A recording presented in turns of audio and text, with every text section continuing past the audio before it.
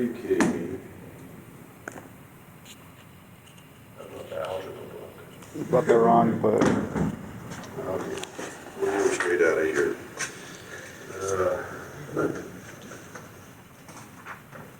You want me to go to your office and grab it, or what?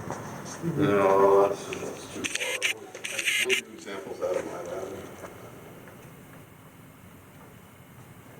So we are learning how to make Taylor polynomials.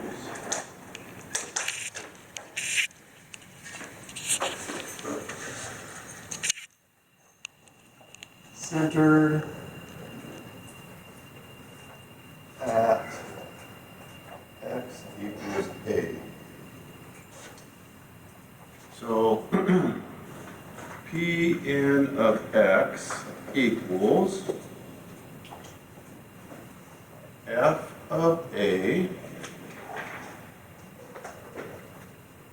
plus f prime of a times x minus a plus f double prime of a over 2 times x minus a squared plus f triple prime of a over 3 factorial times x minus a cubed plus dot dot dot plus the nth derivative evaluated at a over n factorial times x minus a to the n.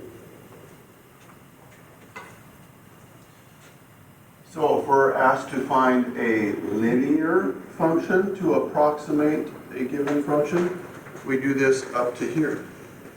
If we're asked for a quadratic, we do this all the way up to there. A cubic, all the way up to there, and so on and so on and so on. That makes sense? And remember, this is like 2 factorial, but 2 factorial equals 2, so, you know, in interest of economy, say something, leave off the exclamation mark. It's like there's a 1 factorial underneath this, and this has a 0 factorial underneath it, and an x minus a raised to the 0 power. This is raised to the 1 power. Just so you see, make sure you understand the pattern here. Everybody got the pattern? All right, let me erase this back here. Can you lift the screen up just a little bit? Somebody say something? Oh, can you lift the screen up just a Yeah, little I'm bit? gonna turn it. Yeah.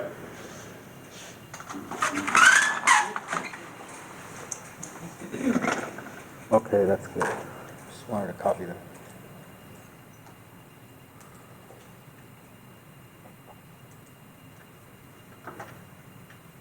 You could pull it down now. Got it? You could pull it, yeah. Okay. Now, we did this part on Friday. When we developed that, it was based on the function value at a and the polynomial that we get evaluated at a are equal. The first derivatives had to be equal. Second derivatives had to be equal, and so on. That was the basis that we developed that on. That was the foundation idea. So here, this is problem number 1. Suppose you use a Taylor polynomial with n equals 2, centered at 0. So n equals 2 means we're doing a quadratic to the second power, where the n is on the last term there. Centered at 0, so the a's would be 0, to approximate a function f. What matching conditions are satisfied by the polynomial? Centered at 0. Which one of these would it be?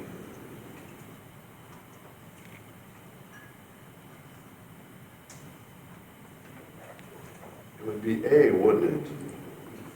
P of 0 equals f of 0, so our polynomial that we get from that process, if it's evaluated at 0, it has to equal the function at 0. They all have to be equal at the center. Okay? Guys all right with that? So these are basic conceptual, that's a basic conceptual question. Let's move on, let's not do that one. Let's do this one, similar question. All right, so here we're given f of x equals 24x to the 3 halves.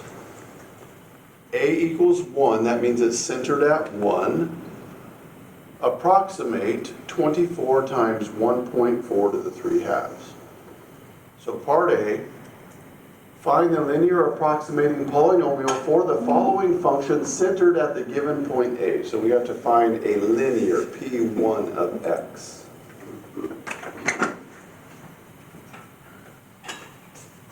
Let's see, let me do this. We have f of x.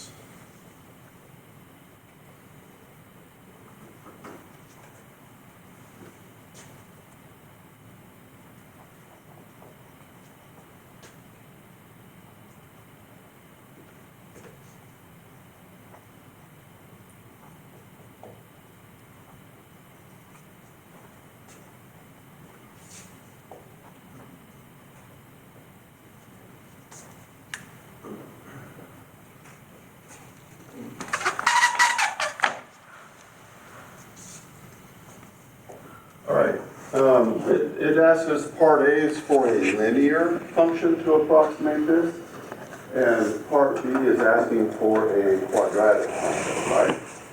So that means we have to go up to here for the linear, and then up to there for the quadratic. Does that make sense? So what I want to do is rewrite the function.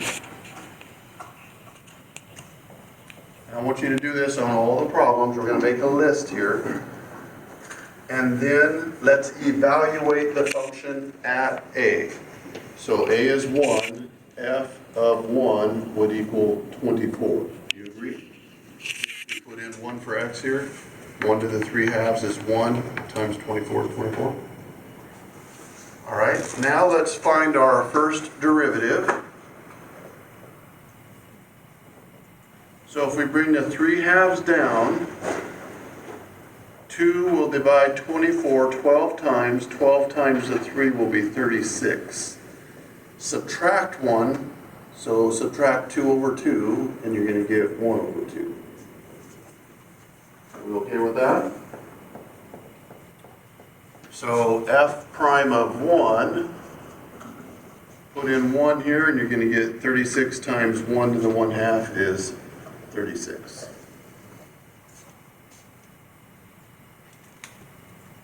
Find the second derivative. Bring the 1/2 down, times the 36 is 12. Subtract 1 and you get negative 1/2. So that's like 12 over square root x.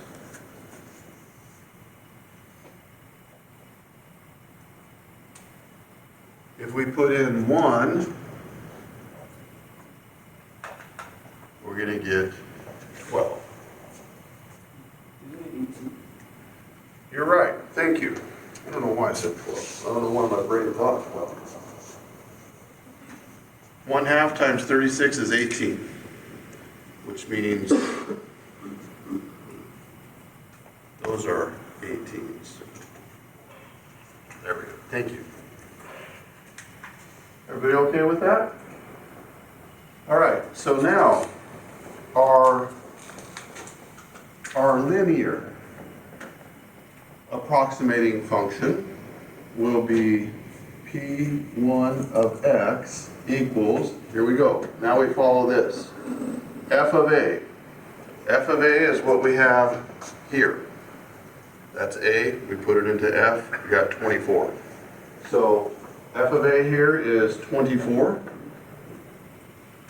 plus f prime of a, that's what we have here, 36, f prime of 1, plus f prime of a, which is 36, times x minus a. A is 1 for this problem, x minus 1. And that's it. That is our linear approximating function. Don't bother simplifying it, leave it just like that. Now, our quadratic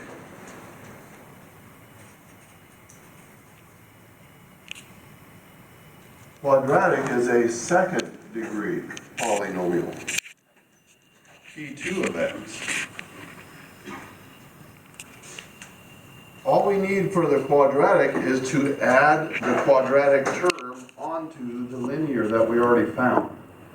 So copy and paste this linear, 24 plus 36 times x minus 1, plus, now add the quadratic term, f double prime of a over 2, f double prime is 18, so we're going to get 18 over 2, I do want to reduce that, times x minus 1 squared.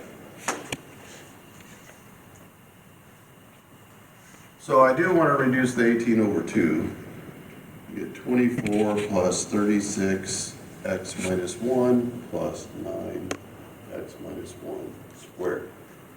There is our quadratic approximating function. Watch how I put these into MyLab.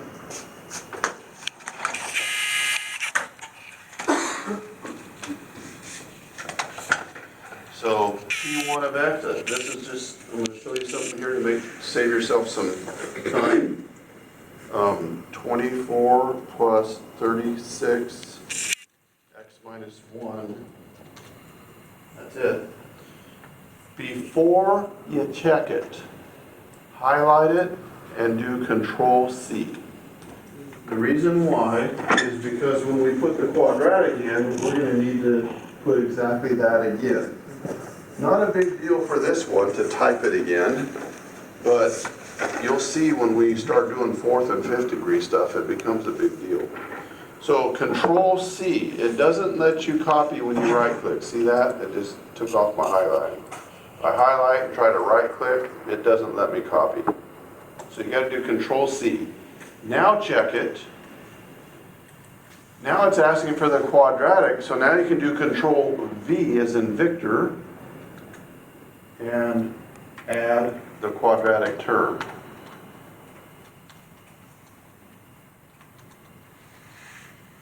Save yourself a little bit of keyboarding. That make sense? Again, you have to do the copy before you check it, because if I try to highlight it now, it doesn't let me. See that? I'm clicking, I'm trying to highlight it, it will not let me. I can't get inside there. All right? Got to do it before you check it. All right, any questions on finding those two? You good with that? All right. This here will get you. Using the linear approximating polynomial, that one up here, P1 of x, to estimate 24 times 1.4 to the 3 halves is approximately what? How do we do that?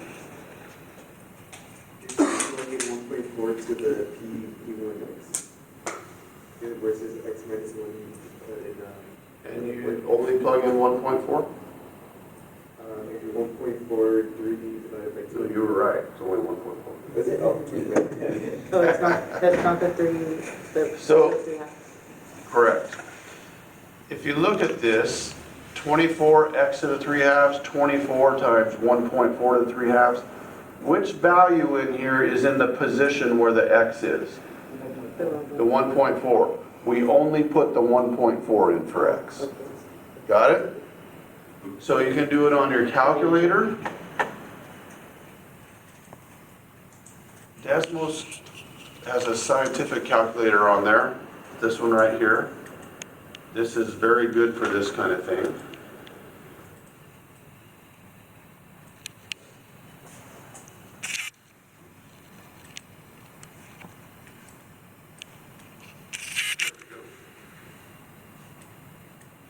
So in Desmos, I'm putting this, 24 plus 36 times, now we're doing 1.4 for x minus 1.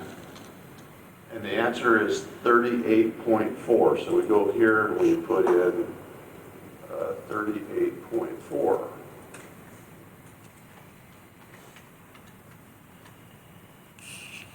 Now here's why Desmos is very good for this.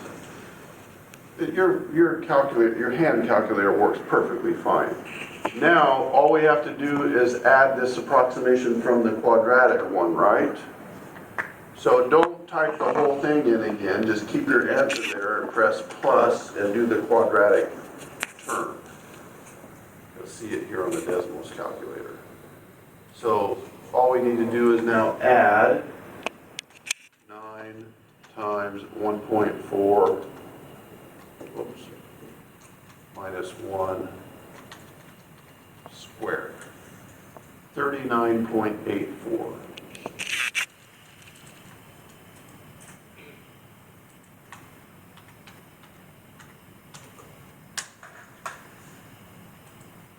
All right, now I want to show you something.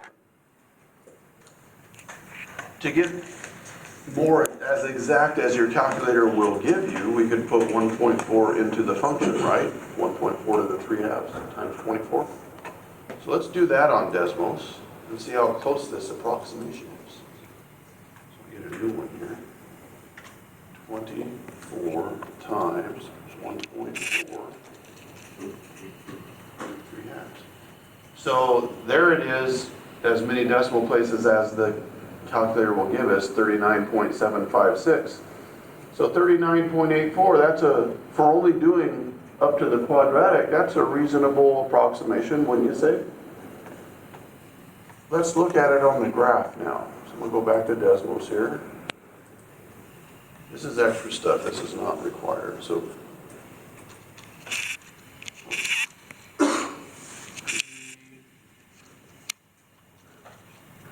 one.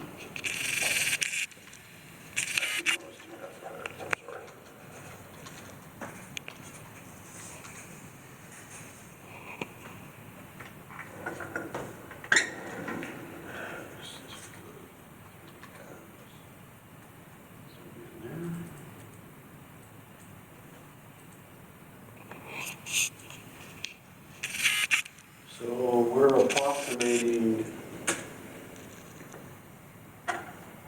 1.4. Well, let's see, let's do P1 of X equal 24 plus 6 times X minus 1. Is that right? Okay, we gotta fix our window here. Let's see, what was our answer? It was 39 or something, right? So let's run the y-axis out to 50. And let's shrink up our x here. Let's go from -2 to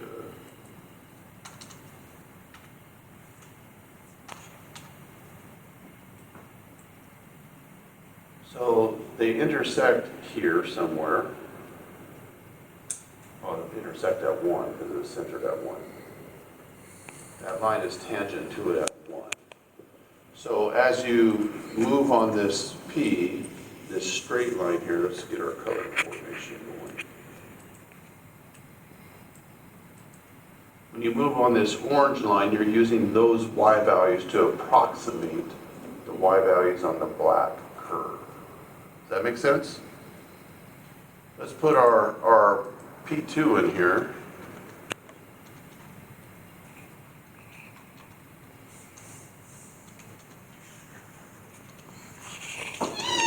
Copy and paste this, and then add the quadratic term.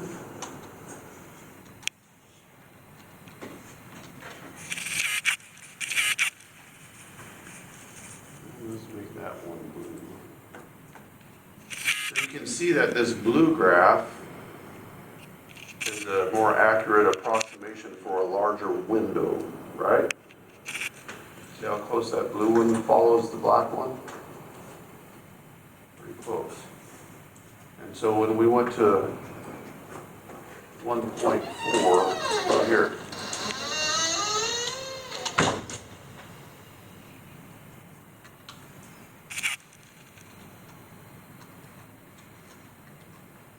I won't take time to do this all the time. So there's our linear approximation. That's approximating the y value on the black graph right there. And then if we do this with our quadratic,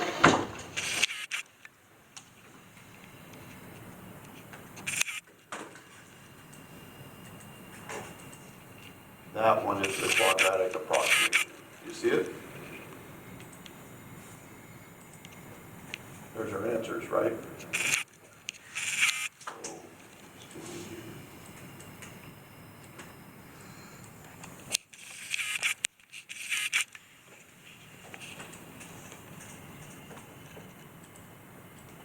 There, you can see how much closer the quadratic approximation is than the linear.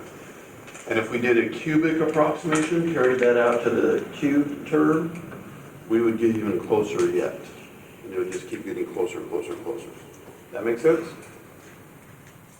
So you guys see what's going on? Good with this? All right.